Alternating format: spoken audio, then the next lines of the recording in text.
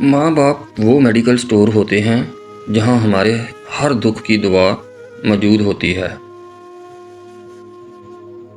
حال تو سب پوچھ لیتے ہیں لیکن خیال صرف ماں باپ رکھتے ہیں۔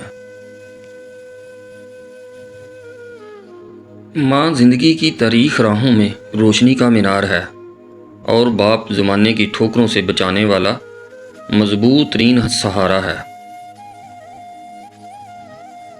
سیمٹ سے بھی ایک نصیحت ملتی ہے، جوڑنے کے لیے بھی نرم ہونا ضروری ہے اور جوڑے رکھنے کے لیے بھی سخت ہونا ضروری ہے۔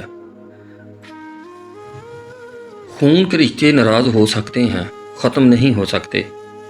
خاندان کو جوڑے رکھنا ایک فن ہے اور اس فن کا نام برداشت ہے۔ پتہ ہے تکلیف کب ہوتی ہے؟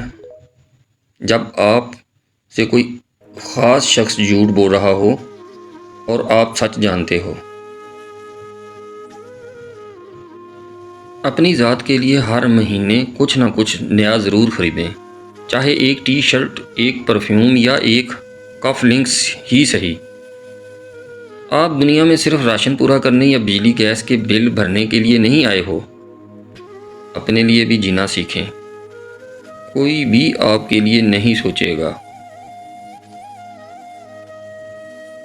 باپ کا بس چلے تو اپنی بیٹی کی زندگی کے سارے کانٹے چن کر پھول بچھا دے۔ شاخ پر بیٹھا پرندہ شاخ کی کمزوری سے نہیں ڈرتا کیونکہ اسے اپنے پروں پر اعتماد ہوتا ہے۔ اگر زندگی میں سکون چاہتے ہو تو کبھی کسی سے توقع مت رکھو کیونکہ توقع کا پیالہ ہمیشہ ٹھوکروں کی زد میں رہتا ہے۔ کسی نے بڑی کمال کی بات کہی ہے کہ بدن میرا مٹی کا، سانسیں میری ادار ہیں، گھمنڈ کروں تو کس بات کا، یہاں ہم سب تو کرائے دار ہیں۔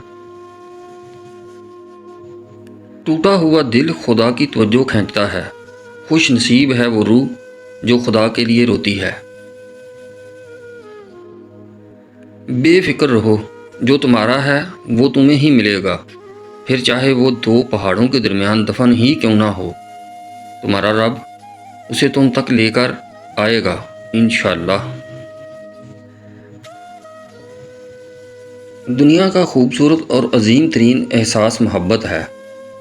اپنے ارد گرد سب سے محبت رکھیں بغیر کسی غرض کے۔ جو عبادت اخلاق اور کردار پر اثر انداز نہ ہو سکیں وہ مشقت کے سوا کچھ نہیں۔